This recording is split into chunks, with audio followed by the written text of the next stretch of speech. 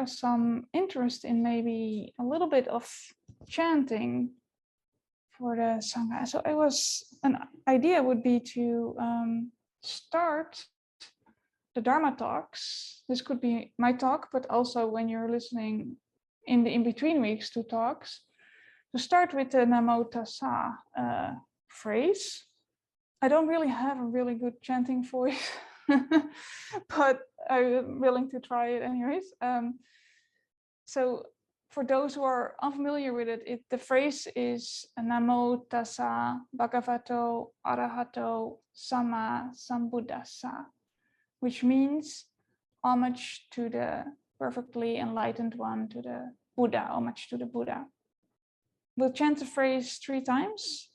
And it's also the way that monastics in Asia start their talk, usually, at least in our tradition. And yeah, since the Buddha is our teacher, we pay homage to him because we're here basically because of him. We're sitting here and we can practice meditation and practice the Dharma because of him. So it's a good way to start a talk, start a teaching.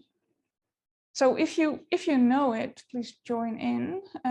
If you don't, yeah, just listen, and you can join in whenever you feel like, oh, I'm getting a hang of this. Starting to feel what it's like. Namo Tassa Bhagavato Arahato Sama Sambuddhassa. Namo Tassa Bhagavato Arahato Sama Sambuddhassa. Namo Tassa Bhagavato Arahato Sama Sambuddhassa.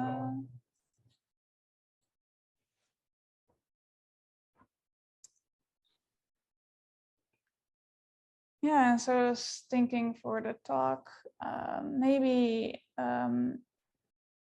it's nice to start with a series of talks that are maybe related to our practice, some maybe, yeah, practical guidelines, some inspiration, just some ways of like, yeah, really getting some guidance on practice, and also not only just for sitting here, but also for our daily lives as well.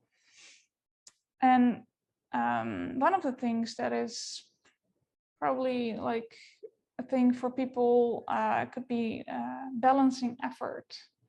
So I was thinking of starting with that today, with that topic. And it can be a challenge to balance our efforts, and sometimes, you know, we just strive a bit too much. We really start to, you know, want a certain outcome in our meditation, or want a certain state of mind to happen, or we want to be a good meditator. So that's one aspect of balancing effort. And the other one is that we get a bit lazy, or we start to slack, or we start to space out and just kind of not really doing much. So this is kind of a universal challenge in our practice, and it is really integral to meditation practice to balance this not enough versus too much effort. And even at the time of the Buddha, this was coming up. Like, for example, there's a sutta, a discourse where there's a monk called Sona who was doing walking meditation until the soles of his feet were bleeding. So he was putting in probably a little bit too much effort in his practice.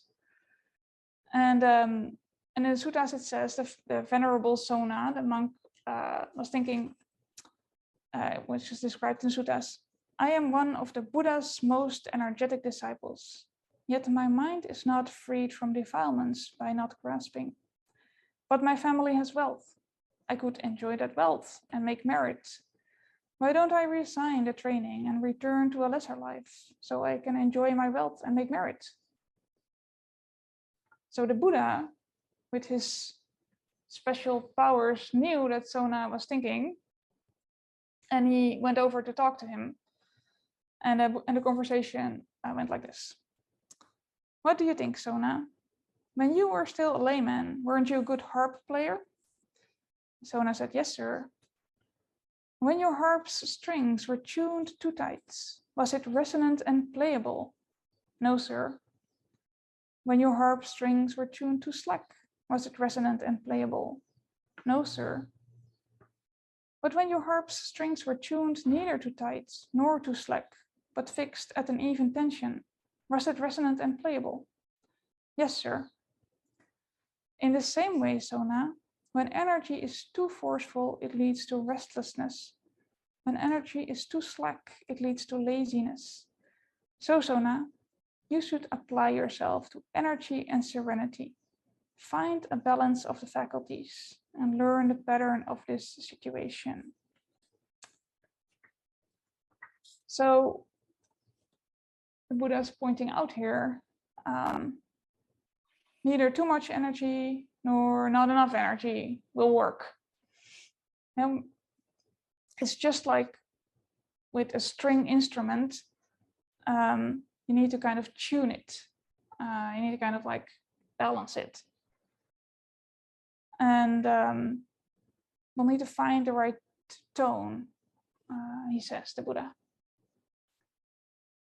And I think in the West, we have a bit of a tendency to try too hard, really do our best, really want to make it happen, really wanting the meditation to get somewhere, or we want to get something, or striving for, whatever it is, a good meditation, being a good meditator, not experiencing something like a painful feeling or wanting to experiencing something pleasant.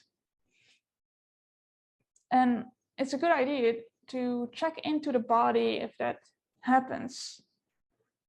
Is there maybe a little bit of a push or pull in the body, like wanting to go forward, maybe even leaning forward?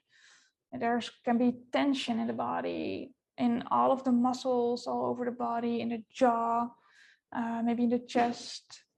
There can be discomfort or restlessness in the body, wanting to move. We can also look at the mind when it happens. Mind is usually not calm, a lot of thoughts going on, a lot of pressure, a lot of wanting. And it's good to realize that striving is often about wanting something that isn't here.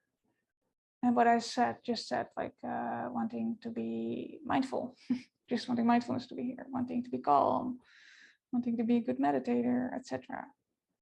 It is like a non-acceptance of this present moment in a way. Like in a way, we're not really dropping into the moment. In a way, we're kind of leaning forward to something else. So what do we do? What do we do? We, like we said, we check into the body. And we can also start to see like this moment exactly as it is. Like recognize this striving tendency, recognize what it feels like in the body, recognize what it feels like in the mind, become really familiar with it, become really familiar with this pattern. It might be a pattern for you. And we can give it a gentle label like, oh, striving is present, just recognizing, or over-efforting is present. Recognizing what you're striving for. Is it a good meditation? Is it to be a good meditator? Is it for calmness? Just recognizing that. So this recognizing is always the first step. If we don't recognize it, it's just gonna run in the background. It's gonna run the show in the background. Well, if we start to recognize what is happening, we can start to feel a choice point at some point. Like we might be a choice of doing something else. And the first choice is to be aware and to see what's happening, we can just choose to be present for what is happening. And what can also help is to invite the body and the mind to relax. Just a gentle, simple invitation can sometimes already help to let go.